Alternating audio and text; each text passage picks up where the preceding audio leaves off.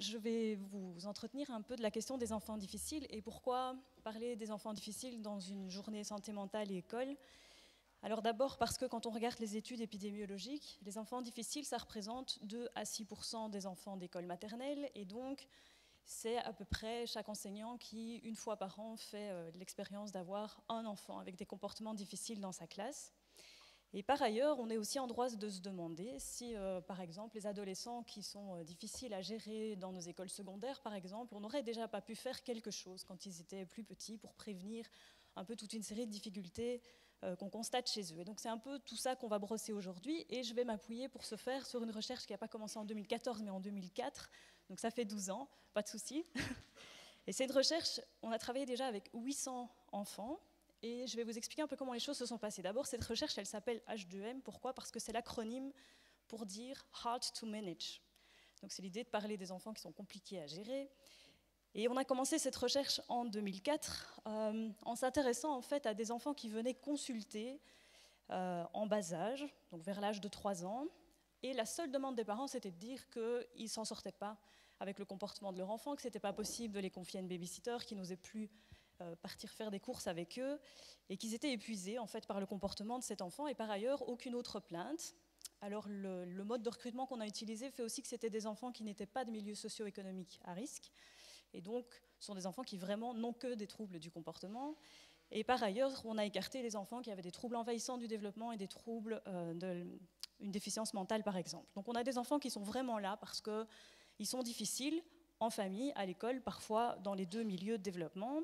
Et dans la première phase, qui a duré jusqu'en 2010, on va en fait suivre le développement de ces enfants année après année et regarder un peu comment ils grandissent, avec des questions qu'on va aborder là tout de suite, notamment de savoir est-ce que finalement, au fil des ans, ces difficultés de comportement s'apaisent, ou au contraire, est-ce qu'elles augmentent, ou est-ce qu'elles ne bougent pas? Parce que vous allez voir que ça soulève des questions très importantes. Ces enfants ont été rencontrés bisannuellement, et on est allé chaque année les voir à l'école. Donc ça veut dire qu'on a vu ces enfants dans plus de 100 écoles différentes, donc ça nous a aussi donné l'occasion de beaucoup travailler avec des enseignants. Et puis sur base des résultats de cette première salve de recherche, on en a mené une autre qui visait donc à essayer de développer des prises en charge qui soient effectives pour aider ces enfants en fait, à réduire les difficultés de comportement en bas âge, donc avec des enfants qui étaient âgés de 3 à 5 ans. Donc première phase de la recherche, 400 enfants, deuxième phase de la recherche en traitement, 400 enfants. Et je vais tâcher de vous donner quelques grandes lignes des résultats de cette vaste étude, et qui sont particulièrement intéressants, je pense, pour la traduction de ce qu'on peut en faire à la fois dans le réseau de soins avec les psychologues, les enseignants et les parents. Alors, première question qu'on va se poser, c'est quoi d'abord ce qu'on appelle des enfants difficiles? Et quand on parle de comportement difficile, de quoi est-ce qu'on est en train de parler? Première chose, on parle souvent d'agitation. Alors, chez les tout-petits, c'est sans doute la première plainte qui vient à la bouche des parents ou des enseignants. Ce sont des enfants en fait, qui n'arrêtent pas de bouger, qui sont tout le temps dans l'activité motrice, et donc qui, en classe, par exemple, quand on raconte l'histoire, sont incapables de rester assis sur le tapis au-delà de 3 minutes, et qui bougent tout le temps, ou pendant qu'on distribue la collation, ils ne sont jamais assis sur leur chaise, et en famille, ce sont des enfants qui ne peuvent pas rester le temps du repas, par exemple, assis à table, et qui passent leur temps à courir autour de la table de la salle à manger. Alors ce sont aussi des enfants qui présentent de l'agressivité, et cette agressivité peut prendre différentes formes. Elle peut être réactive, donc ce sont des enfants, comme on dit, qui réagissent au quart de tour, ils se font un peu bousculer dans les rangs, ils se sentent tout de suite agressés, et donc ils répliquent. Ce sont des enfants parfois qui ont une agressivité qui est dite proactive, où les intervenants, les enseignants par exemple, nous disent « mais on le voit traverser la cour de récréation », et puis il va bousculer un autre enfant qui a juste rien demandé, qui se demande un peu ce qui lui arrive, et on ne comprend pas très bien en fait pourquoi il a fait ça. Et parfois c'est de l'agressivité relationnelle qui est plus typique des filles. Ce sont des enfants aussi chez qui il y a de la désobéissance. Alors la désobéissance, c'est des enfants qui donnent l'impression qu'ils n'arrivent pas à emmagasiner le cadre que vous leur donnez, et donc ils ont toujours besoin de la présence d'un adulte pour rappeler les règles, leur redire 100 fois les choses qu'on peut faire et les choses qu'on ne peut pas faire. Ce sont des enfants parfois qui sont dans la provocation. Alors ces profils d'enfants provocateurs, c'est souvent des enfants qui sont vraiment malins, parce qu'en fait ils sont capables d'avoir repéré implicitement ce qui vous ennuie le plus, et aussi le moment où ça vous ennuie le plus qu'ils transgressent cette règle-là. Et donc souvent, ce sont des enfants assez malins qui vont choisir le moment opportun pour adopter le comportement qui va vous faire réagir. Ce sont des enfants qui sont dans l'opposition. Alors on a l'impression que cette phase normale à 2 ans n'en finit pas. Et donc ces enfants sont toujours en train de refuser ce que vous leur proposez, de dire systématiquement non à ce que vous suggérez. Et parfois, c'est une opposition qui peut être une opposition passive. Donc les enfants qui sont opposants actifs, c'est des enfants qui vous disent « non, je ne vais pas faire ce que tu me demandes ». Les opposants passifs, ce sont des enfants à qui vous dites « tu sais, maintenant il est l'heure de ranger, je voudrais que tu remettes le bac en place ». Ils ne vous répondent pas, mais vous revenez un quart d'heure après et le bac il est toujours pas rangé. Ça, c'est de l'opposition passive. Alors ensuite, ce sont des enfants pour qui on se plaint d'impulsivité. Cette impulsivité, elle va générer des catastrophes. Donc ce sont des enfants qui, en famille, par exemple, renversent beaucoup, sont des catastrophes ambulantes, font aussi beaucoup de bruit. En classe, par exemple, ce sont des enfants qui vont se précipiter et donc faire culbuter les chaises sur leur passage, par exemple, parce qu'ils ne prennent pas le temps de planifier leur activité motrice, et donc il faut beaucoup de catastrophes, et ce sont des enfants qui se mettent en danger. Et donc les enfants impulsifs, c'est des enfants dans les sorties scolaires, par exemple, c'est compliqué, parce qu'on a toujours peur qu'ils sortent du rang, qu'ils traversent la route quand il ne faut pas. Et donc c'est une grande responsabilité pour les parents aussi, par exemple. Et enfin, ce sont des enfants qui souffrent d'instabilité émotionnelle, qui donc ont des réactions émotionnelles qui, d'une part, sont fréquentes, mais aussi intenses. Et les intervenants, les parents nous décrivent que quand l'émotion de colère, par exemple, arrive, ça prend tout de suite beaucoup d'ampleur. Et une fois que l'émotion de colère est là, en fait, l'enfant a beaucoup de mal à la faire redescendre. Et on ne sait pas très bien par où l'aborder, en fait, pour aider à faire redescendre cette émotion-là. Alors, dans le jargon, on va mettre tous ces, je ne sais pas si on peut appeler ça des symptômes, mais tous ces comportements sous une même appellation. Et on va parler de troubles externalisés par opposition aux troubles internalisés, qui sont davantage liés au retrait, au repli sur soi, à l'anxiété, à la dépression. Donc les troubles internalisés, c'est quelque chose qui est tourné vers soi. Troubles externalisés, tournés vers la relation avec autrui. Alors j'en profite pour vous dire qu'en fait, cette appellation des troubles externalisés, elle est importante chez les tout jeunes enfants parce que, comme beaucoup d'entre vous le savent, on ne va pas poser de diagnostic avant l'âge de 7 ans. Et donc ça nous permet de parler des difficultés de ces enfants sans avoir besoin de les étiqueter. Ça nous permet aussi d'avoir une même appellation pour une série de comportements qui parfois coexistent, mais parfois aussi on a des tableaux cliniques avec l'un ou l'autre de ces comportements qui est plus proéminent. Et ça ne doit pas nous faire oublier que ce n'est pas parce que ces enfants ont des comportements dits externalisés qu'ils n'ont pas aussi des comportements internalisés. On pourra en reparler, mais souvent, le fait d'avoir ce profil-là entraîne aussi un retrait social et une forme de souffrance en termes, par exemple, d'estime de soi, mais on y reviendra. Alors, quand vous regardez la liste de ces comportements-là, vous avez tous en tête des enfants, probablement, que vous avez déjà rencontrés, qui ont l'un ou l'autre de ces comportements. Mais en fait, vous serez d'accord avec moi que ces comportements, ils n'ont rien de très atypique. C'est-à-dire que si vous prenez n'importe quel enfant, même les vôtres, à leurs heures, il y en a qui sont agités, il y en a qui sont parfois impertinents, un peu provocants, il y en a qui ne sont pas toujours d'accord avec ce que vous leur proposez. Et donc, ce qui fait un peu la particularité de ces comportements dits difficiles, c'est qu'en somme, ce sont des comportements qui sont tout à fait normaux. D'accord ? Ils n'ont rien à voir, par exemple, avec un comportement d'automutilation qui est atypique dans le spectre de l'autisme, par exemple. Donc du coup, il faut les concevoir comme étant distribués sur un continuum et non pas comme des troubles absolus. C'est-à-dire qu'en somme, on pourrait positionner chacun d'entre nous quelque part sur ce continuum entre pas du tout difficile, c'est-à-dire tous ces comportements dont je viens de parler, je les ai ni de façon intense ni de façon fréquente, mais plus j'aurai certains de ces comportements de façon intense et fréquente, plus par exemple il va m'arriver de bousculer les autres, de provoquer mon enseignant ou de désobéir, plus je vais me retrouver en fait de l'autre côté du continuum. Ça veut dire quoi ? Ça veut dire qu'en somme, en fait, quand on essaye de savoir, de répondre à la question est-ce que c'est normal ou pathologique, parce que ça c'est toujours la question que les parents vont nous poser, est-ce que c'est grave, docteur ? Donc je viens de vous raconter tout ce que mon enfant fait, à quel point il est difficile, mais dites-moi si c'est grave. En somme, on est obligé de se référer à une certaine norme, et la norme, ça veut dire qu'on a observé ces comportements-là à 3 ans, 4 ans, 5 ans, dans une population générale d'enfants, et que, oui, à 3 ans, un enfant, ça bouge, à 3 ans, un enfant, c'est encore agressif. Vous savez que dans les études interculturelles, le pic universel de l'agressivité, c'est 2 ans. Donc à 3 ans, bien sûr, on est agressif.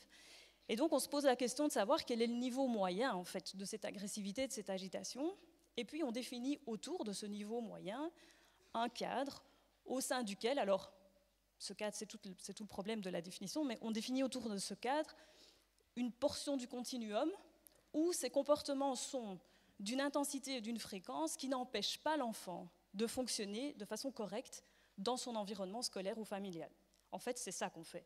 Donc les enfants sont bien sûr tous un peu agités, tous opposants, mais quand ces comportements ne sont pas trop intenses ou trop fréquents, Ils permettent à l'enfant de fonctionner dans son milieu familial et scolaire, c'est-à-dire de répondre aux sollicitations et aux demandes qu'on a envers lui. J'en profite pour vous dire que hors du cadre, on peut l'être là. Alors là, on va dire que les enfants sont très difficiles parce que l'agressivité est très fréquente et très intense, parce que l'instabilité émotionnelle est très fréquente et très intense. Mais j'en profite aussi pour vous dire qu'être de l'autre côté, ce n'est pas très adaptatif non plus. D'accord ? Si vous êtes quelqu'un qui se laisse faire, qui est toujours d'accord avec autrui et qui ne bouge pas, ben vous n'êtes pas tout à fait bien adapté non plus à votre milieu. D'accord ? Donc c'est un peu l'idée qu'il y a un niveau d'intensité et de fréquence de ces comportements-là qui fait que vous êtes capable de fonctionner dans votre environnement de développement. Et puis il y a ce bout de continuum, en fait, où l'intensité et la fréquence de ces comportements vous empêchent d'être en adéquation avec ce que le milieu scolaire ou ce que le milieu familial exige en fait de l'enfant à cet âge-là.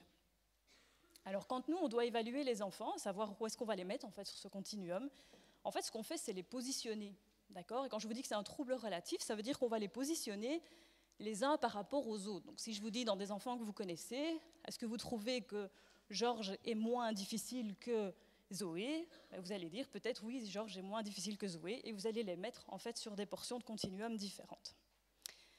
Alors ce qui n'est pas rare, c'est que si vous parlez de Zoé à ses parents, eh ben, les parents de Zoé ils vont vous dire Zoé c'est une catastrophe, d'accord ? Elle nous épuise au quotidien, c'est absolument horrible, on ne sait pas sortir avec elle. Et après vous allez la voir à l'école et l'enseignant il vous dit moi je ne sais pas pourquoi vous venez voir Zoé dans ma classe parce qu'en fait j'en ai 5 qui sont vraiment pires. Et donc je ne comprends pas pourquoi les parents vous disent que Zoé c'est terrible. Et puis vous, dans votre cabinet de consulte, vous évaluez Zoé et vous trouvez qu'elle flirte un peu avec la ligne, elle est borderline comme on dit. Elle flirte un peu avec la ligne, mais voilà, vous êtes un peu middle, comme on dit.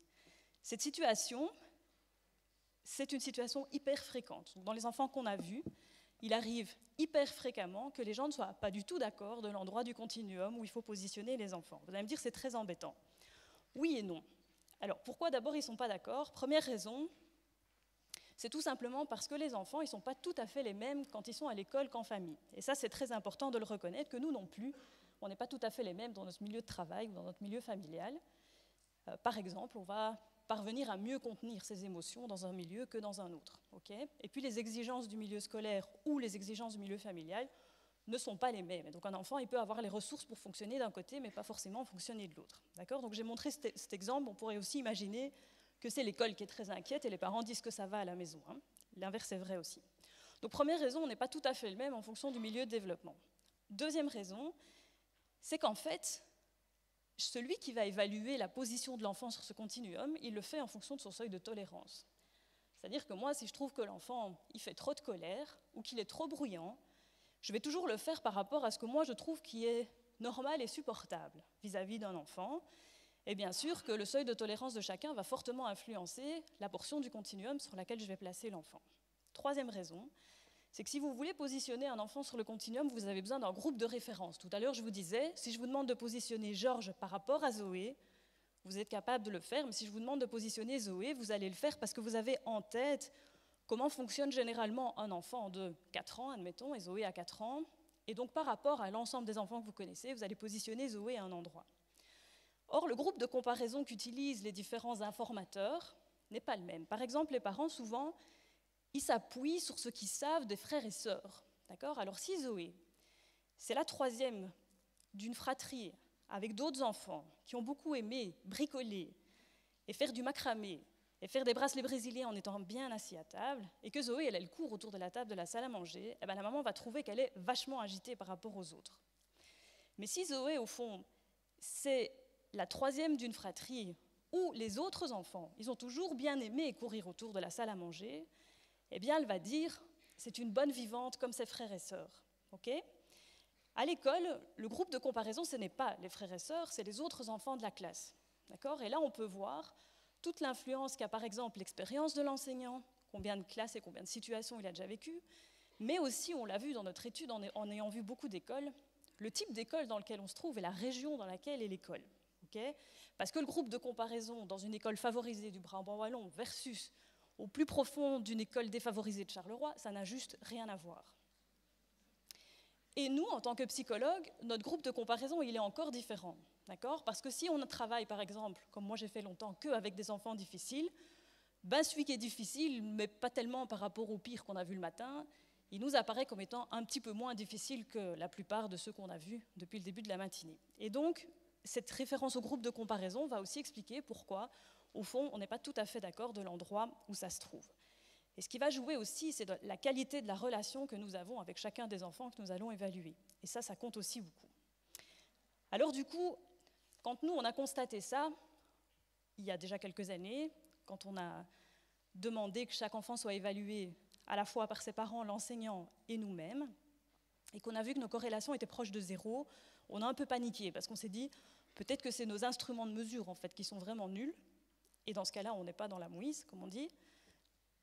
Mais en même temps, on s'est dit peut-être qu'il y a de la richesse derrière. Et donc retenez bien cette notion-là. Et première richesse qu'on en a sortie, c'est de se dire on ne doit jamais se satisfaire d'une évaluation simple de l'enfant, parce qu'on court le risque, dans tous les cas, d'identifier soit des faux positifs, soit des faux négatifs. Donc première leçon à recevoir, c'est qu'il faut toujours essayer d'avoir une évaluation qui soit dite multi-informateur et multiméthode, pour éviter d'avoir des conclusions simplistes sur la qualité du comportement de l'enfant. Mais on reviendra sur cette situation-là, parce que vous allez voir que d'un point de vue clinique, c'est très très intéressant.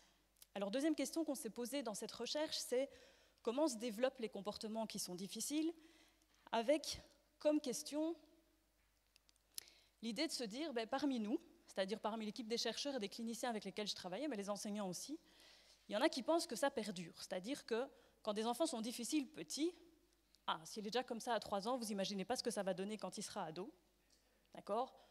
Et donc, ça m'inquiète. D'autres pensent, en fait, il est encore vraiment très petit. Okay ? Et donc, bien sûr, en grandissant, il va mûrir, et donc il y a toute une série de choses qui vont rentrer dans l'ordre, no panique.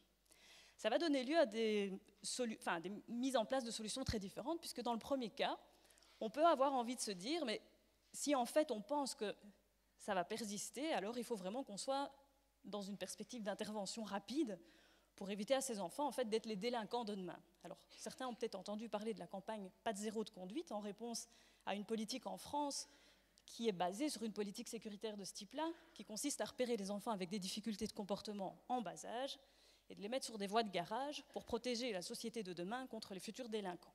Okay ? Ça, c'est le premier type de positionnement. Deuxième type de positionnement, si on pense qu'en grandissant les choses vont s'arranger, alors on peut être dans une position qui est très attentiste, très maturationniste, en se disant on va d'abord laisser les enfants mûrir, grandir et miser sur le potentiel positif de chacun. Alors ça, c'est des idées reçues. Ça veut dire que, en fait, quand on regarde dans la littérature, oui, il y a toute une série d'études rétrospectives, par exemple, qui vont aller chercher des enfants, des ados, dans le système de l'aide à la jeunesse ou parfois même dans les prisons. Et puis, ils vont regarder comment ces enfants étaient quand ils étaient petits. Et évidemment, on va voir que dans la plupart des cas, ils avaient déjà des soucis quand ils étaient petits. Et ça va donner évidemment l'idée que oui, on doit être dans une perspective sécuritaire. Mais il y a une autre façon de voir les choses, c'est de se poser la question de se dire, on peut aussi être dans une démarche où en fait on va les prendre quand ils sont petits et ensuite on va les observer pour voir comment ils grandissent. Parce que ça, c'est une toute autre manière de faire les choses. Quand on est dans des études rétrospectives, en fait, en allant les chercher dans les centres pénitentiaires ou le service de protection de la jeunesse, en fait, on a perdu tous ceux qui étaient difficiles quand ils étaient petits, mais qui ont bien grandi. D'accord ? Donc ça donne l'idée que tous ceux qui vont mal quand ils sont plus âgés, ils avaient tous des problèmes en étant petits. Il y a aussi probablement tous des enfants qui avaient des problèmes, mais qui ont bien grandi, et donc qui échappent à ces études rétrospectives. Donc c'est très important de faire la démarche inverse, de les prendre quand ils sont petits, et de les suivre, et de regarder comment ils grandissent. En fait, quand on fait ça, voilà ce que ça donne. D'accord ? Donc les enfants qu'on a suivis dans le programme H2M, 400, on les a vus à 3 ans, à 4 ans, à 5 ans, à 6 ans, à 7 ans. Et puis après, quand on trace une courbe, et j'ai envie de dire cette courbe, on l'a tracée en prenant en compte l'information de tous les informateurs. Donc ce que nous ont dit les parents, les enseignants, et ce que nous, on a mesuré sur le plan clinique. Et donc le résumé de l'histoire, c'est que si vous faites ça, oui, vous voyez qu'en fait, cette trajectoire, elle est stable.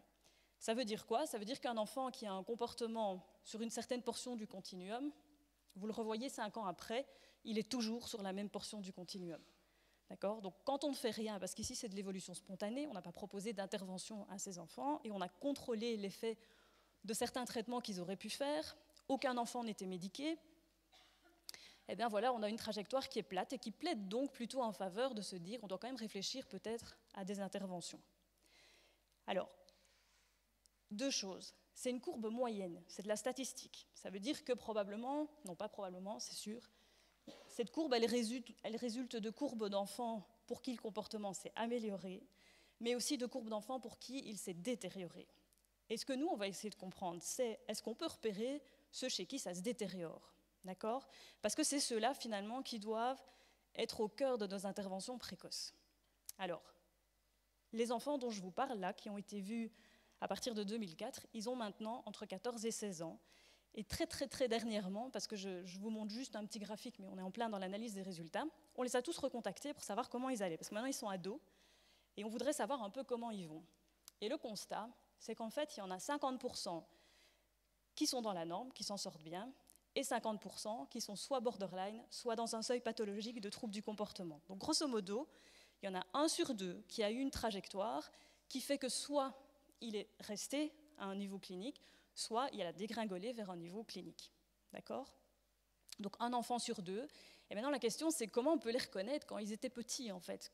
Vers qui est-ce qu'on doit orienter nos prises en charge précoces? Alors la question est complexe et je n'ai pas le temps de vous en dire beaucoup, mais je voudrais que vous reteniez une idée. Vous vous souvenez tout à l'heure de mon histoire de... Parfois on n'est pas d'accord sur est-ce que l'enfant est vraiment à un niveau de comportement difficile dit pathologique. Eh bien, ça c'est une des choses très importantes qui montre l'utilité clinique en fait, d'avoir une évaluation qui fait intervenir plusieurs milieux de développement et plusieurs informateurs. C'est qu'en fait, ceux qui ont la trajectoire qui se dégrade, c'est ceux pour qui tout le monde était d'accord que quelque chose n'allait pas. Ça veut dire que ce sont des enfants qui n'avaient ni les ressources pour fonctionner dans le milieu scolaire, ni les ressources pour fonctionner dans le milieu familial. Comme si, quelle que soit la qualité de la relation qu'ils avaient avec la personne qui les a évalués, quelles que soient les exigences de ce milieu, quelle que soit la qualité des relations qu'ils avaient avec les autres, eh bien, dans tous les cas, tout le monde a été d'accord de dire que cet enfant-là, il n'arrive pas à s'adapter aux demandes qu'on lui adresse et donc son comportement est dysfonctionnel. Et ceux-là, c'est ceux qui ont la trajectoire la plus problématique. Et donc, ce que je vous disais tantôt, qui nous paraissait d'abord être quelque chose d'embêtant, ces fameuses corrélations proches de 0, en fait, sur le plan clinique, c'est vachement utile. Parce que ça nous permet probablement de repérer les enfants qui sont les plus à risque d'une trajectoire de développement qui soit négative. Alors ce qu'on s'est efforcé de comprendre, c'est que, tenant compte du fait que ces comportements, ils ont quand même en moyenne tendance à se maintenir, on s'est posé la question de savoir comment est-ce qu'on peut comprendre d'abord que ces comportements difficiles émergent, pourquoi chez certains enfants ça émerge, et aussi pourquoi est-ce qu'ils se maintiennent. Alors je voudrais que vous considériez le comportement à un temps T, peu importe où on le prend, comme une pointe d'iceberg. Comme si le comportement, au fond, c'est ce qui se voit. Okay. Mais pour bien comprendre pourquoi ce comportement il s'est mis à dysfonctionner, il faut aller voir sous la pointe de l'iceberg pour essayer de comprendre ce qui s'est produit. Et quand on fait ça, on va se rendre compte qu'il y a toute une série de facteurs de risque qui interviennent. Et dans l'étude H2M, on en a particulièrement regardé 4. Pas que ceux-là, mais on va se focaliser aujourd'hui sur ceux-là. 4 facteurs de risque, en partant de ce qui était en partie connu dans la littérature, mais aussi des impressions cliniques que certains collègues pouvaient avoir. Premier facteur de risque auquel on s'est intéressé, ça c'est le truc bateau, que tout le monde pense, c'est qu'un gosse difficile, c'est forcément un gosse mal élevé. Donc on a bien sûr été regarder les facteurs éducatifs. Comment les parents mettent le cadre, comment ils utilisent leurs pratiques éducatives. Mais on ne s'est pas arrêté là. On a aussi bilanté les enfants pour savoir où ils en étaient sur le plan du langage.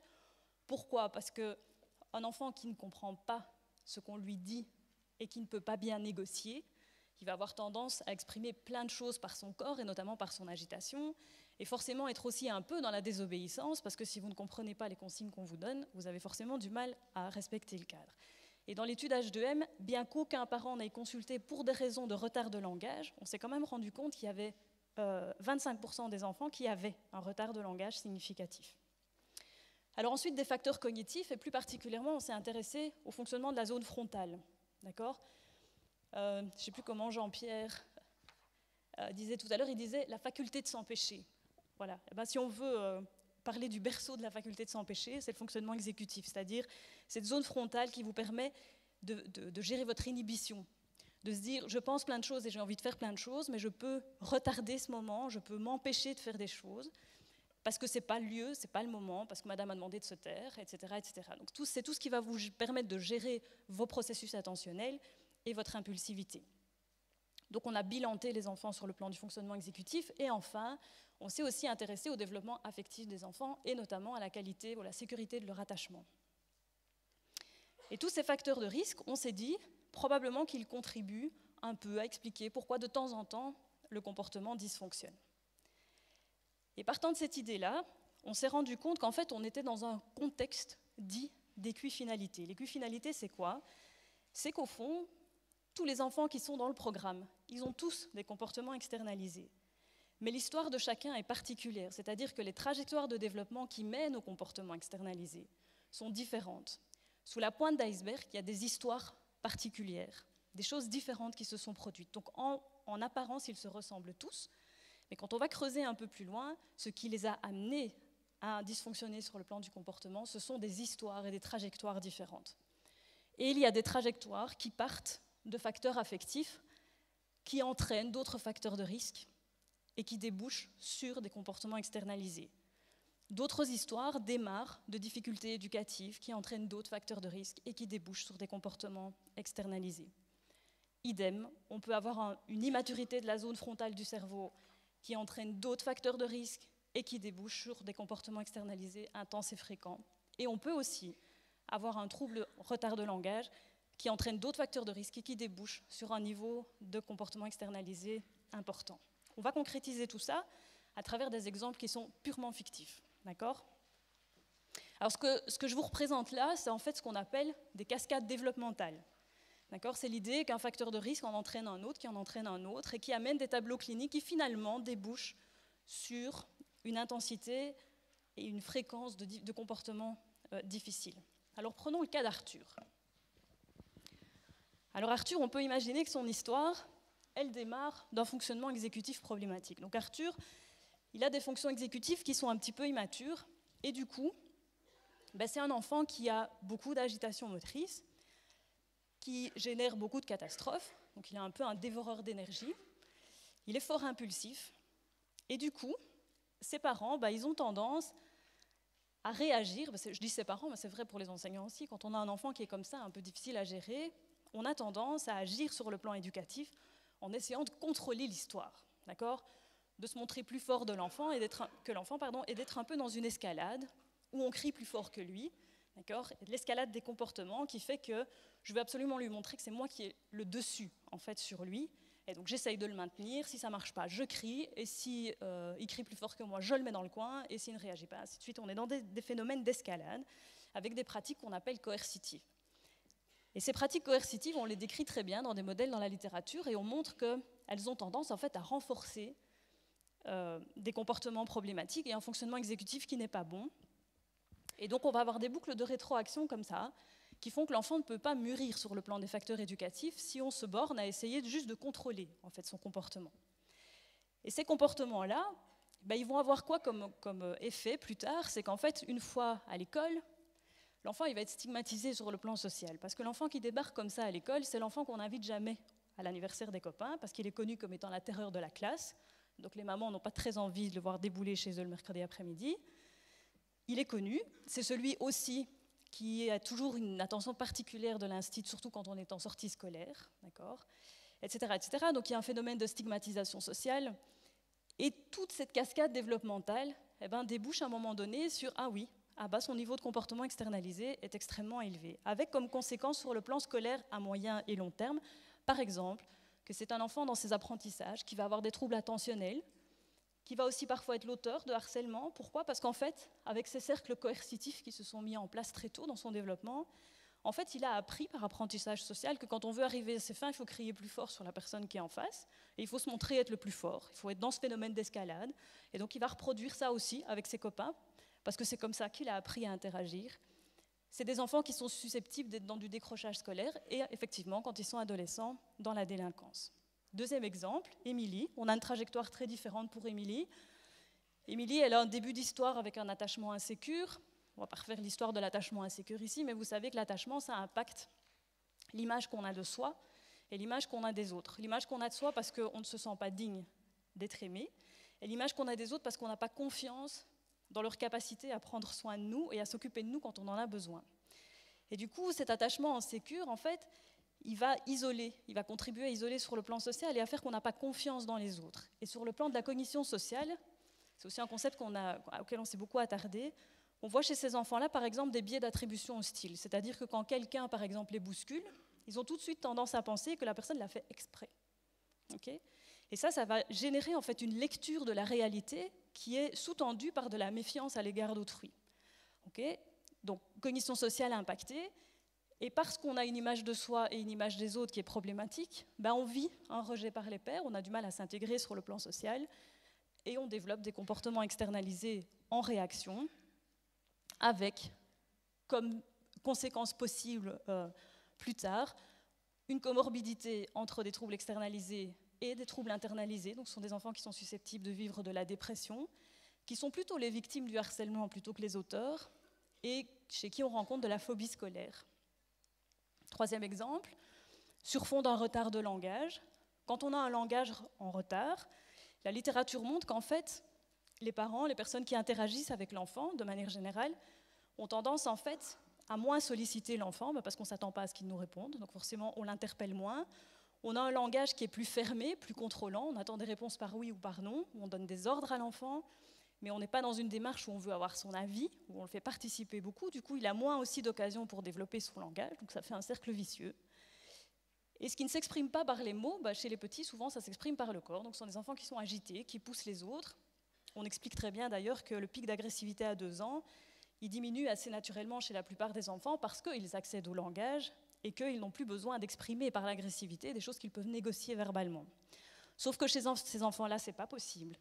Et du coup, cette manière de fonctionner va les isoler sur le plan social, parce que communiquer avec les autres, c'est difficile, mais aussi leur agressivité, en fait, est difficile sur le plan social.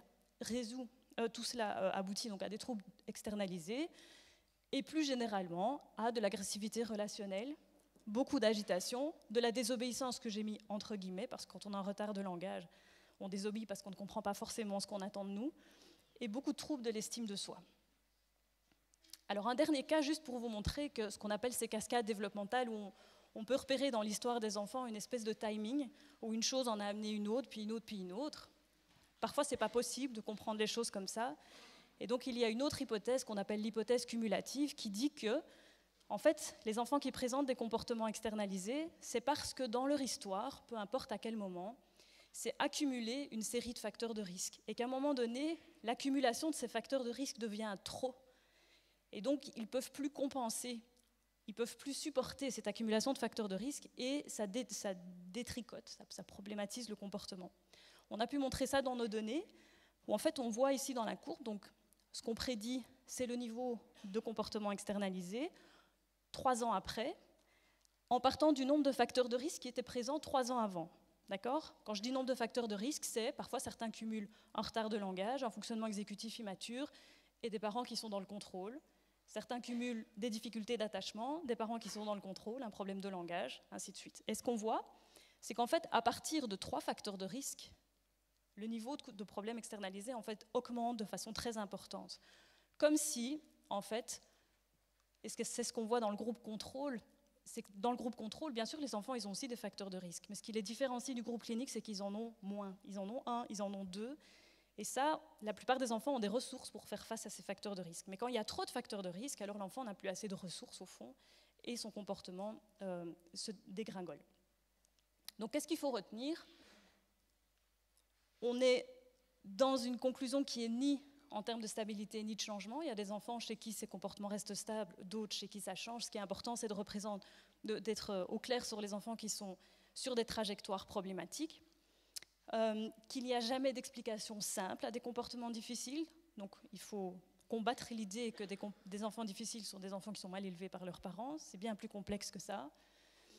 Qu'on est dans un contexte où l'histoire qui se cache derrière des comportements difficiles, elle peut être très différente d'un enfant à l'autre, et donc dans ce concept d'équifinalité.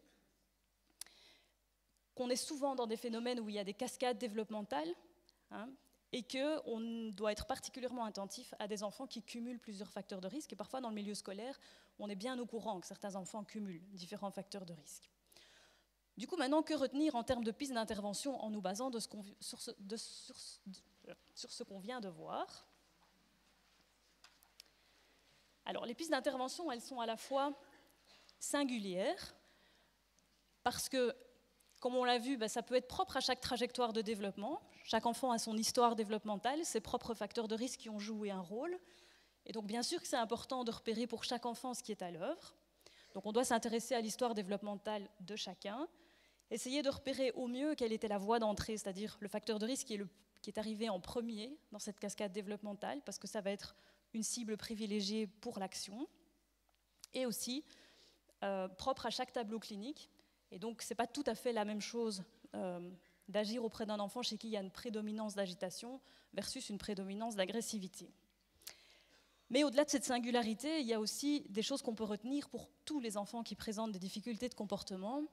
Et la première chose, certainement, c'est de s'intéresser pour chacun, non seulement à quels sont les facteurs de risque qui sont en présence, mais aussi quels sont tous les facteurs de protection qui sont en présence. Parce que l'intervention, elle doit toujours nous viser en fait à réduire les facteurs de risque, c'est-à-dire il y en a certains sur lesquels on peut agir, je vais vous donner des exemples, mais aussi à mobiliser le plus possible les facteurs de protection. Par exemple, un enfant chez qui le langage est parfait, ça ne fait pas partie des facteurs de risque, eh bien, l'encourager à verbaliser en sachant que là, c'est son point fort, et que dans des résolutions de conflits, par exemple, on peut s'appuyer sur ce facteur de protection, il faut évidemment bien être au courant que ça constitue chez lui un facteur de protection. Ensuite, travailler sur la coéducation, on va y revenir, toute l'importance du réseau, parce qu'on voit que le phénomène est complexe, et aucun adulte, ni un père, ni une mère, ni un enseignant, ni un psy, ne peut ambitionner en fait de résoudre une problématique aussi diverse et compliquées que celle-là, et donc c'est très important d'être dans une démarche de coéducation en réseau. Il faut prévenir les cascades développementales, et je vais vous donner tout de suite un exemple concret de comment faire, et avoir une attention très particulière par rapport aux enfants qui nous semblent cumuler beaucoup de facteurs de risque, qui sont les enfants les plus en danger. Alors on revient sur mon petit cas d'Arthur, et on voit concrètement ce qu'on aurait pu faire pour éviter à Arthur d'avoir un niveau d'intensité et de fréquence des comportements externalisés. Alors d'abord, tout au début, on aurait pu sans doute déjà agir sur un fonctionnement exécutif immature. Et quand je dis déjà agir, on est plusieurs à pouvoir agir. D'abord les parents, parce qu'en fait, il y a plein de jeux qu'on peut utiliser et qui vont stimuler le fonctionnement exécutif. Donc le fonctionnement exécutif, il se développe entre l'âge de 2 et de 7 ans. Donc on est dans une zone de plasticité importante. Et quand on entraîne le fonctionnement exécutif, il s'améliore. C'est comme si on tissait le réseau neuronal avec une trame plus serrée, et donc c'est une zone du cerveau qui va mieux fonctionner. Donc on va l'entraîner, et l'entraîner de façon ludique. Il y a plein de jeux qui sont dédiés aux enfants de 2 à 7 ans, qui ont comme fonction de développer le fonctionnement exécutif. Et par exemple, si vous faites des tours du Jenga, vous allez travailler l'inhibition motrice. Si vous jouez au premier jeu du docteur Maboul, vous savez, il faut aller mettre comme ça sans faire sonner son cerveau. Voilà, on travaille aussi l'inhibition motrice. Et puis après, quand les enfants parlent, vous avez des jeux comme le tabou. Tabou, c'est de l'inhibition verbale. Vous devez inhiber certains mots. C'est de l'inhibition cognitive. Et si vous jouez à Jungle Speed, voilà, vous connaissez Jungle Speed? Non. Ouais, il faut se retenir d'aller chercher le totem. Donc on doit repérer en fait si les autres ont les mêmes cartes que nous et se saisir du totem au bon moment. Mais donc ça demande beaucoup d'inhibition motrice, beaucoup. Après, s'il y en a qui sont intéressés, on s'était amusé une fois à faire un relevé de tous les jeux qui travaillent le fonctionnement exécutif chez les petits. Et donc il ne faut pas hésiter à transmettre ça aux parents, parce que plus on en fait, alors en plus c'est super bon pour la relation parent-enfant, et c'est certainement meilleur que d'aller 40 minutes une fois par semaine chez un neuropsy, d'en faire un peu tous les jours. Alors l'enseignant, il a aussi son rôle à jouer dans le fonctionnement exécutif. Alors d'abord parce qu'il y a des jeux comme ça qu'on peut faire en classe, mais aussi par exemple en classe maternelle, quand on dit aux enfants « vous marchez comme des petits soldats tant que je tape sur le tambourin », puis quand on n'entend plus le tambourin, il faut s'arrêter ou aller se mettre dans un cerceau, c'est de l'inhibition motrice. Il faut abuser de ce genre de jeu, parce qu'à cet âge-là, c'est très efficace pour le développement. Et aussi, il faut avoir des situations où on apprend aux enfants en fait, à réfléchir avant d'agir. Donc, éviter de lever sa main trop tôt, de parler avant que j'aie fini de donner la consigne. Et ça peut se faire de diverses manières avec des outils de la métacognition que je n'ai pas le temps de développer ici, mais si vous êtes intéressé, je vous enverrai des références. Et puis il y a les psychologues qui ont aussi leur rôle à jouer parce qu'eux, ils disposent d'une batterie à la fois de tests et de matériel d'entraînement qui permet par exemple de développer l'inhibition chez les tout-petits. On fait comment par exemple? Eh bien, on montre des petites planches comme ça et on dit tu vas me dire ce que tu vois, donc poisson, chien, chat et ainsi de suite. Et puis on lui dit maintenant on est sur la planète Mars. Et sur la planète Mars, les poissons s'appellent des poissons, mais les chiens s'appellent des chats et les chats s'appellent des chiens. Et ensuite on recommence l'exercice. Okay, les tests de Stroop que vous connaissez sûrement. Donc on aurait pu déjà agir dans la cascade développementale sur le facteur de risque de tout début en favorisant en fait un fonctionnement exécutif meilleur. Si on ne l'a pas fait, mais ça n'empêche que on peut faire tout en même temps, hein, ça marche mieux, on peut aussi agir sur les pratiques éducatives de plusieurs façons. Alors d'abord, pour sortir de ces phénomènes coercitifs, une des choses qu'on fait avec les parents, c'est leur apprendre à mettre des priorités, à ne pas vouloir être sur le dos de l'enfant pour tout en même temps, mais à classer dans 3 colonnes les choses, les comportements qui sont vraiment inadmissibles et sur lesquels je dois vraiment être ferme, les comportements que je peux supporter un certain temps et mettre en veilleuse, et puis les comportements sur lesquels j'ai pris l'habitude de me fâcher, mais qui au fond ne sont pas si graves que ça. Ça apprend à remettre de la nuance, ça apprend à l'enfant à mieux repositionner le cadre, ça dégage des capacités attentionnelles à la fois pour l'enfant et pour le parent, et ensuite réapprendre à féliciter l'enfant, ça c'est très important, à ne pas lui renvoyer que des messages négatifs, mais aussi à souligner tout ce qu'il fait de bien. Et parfois, les parents sont un peu désemparés par rapport à ça, donc ils ont besoin de professionnels pour les coacher, pour les aider en fait à mettre en place ces pratiques plus positives. Et enfin, au niveau de la stigmatisation sociale, ce n'est pas à vous que je vais apprendre qu'au niveau de la classe, il y a des tas d'activités qu'on peut faire pour empêcher cette stigmatisation sociale, notamment par rapport à des pratiques inclusives, mais aussi, je ne sais pas, des jeux comme les jeux du dossard, etc., que vous connaissez sans doute, et qui permettent de prévenir la stigmatisation sociale en classe.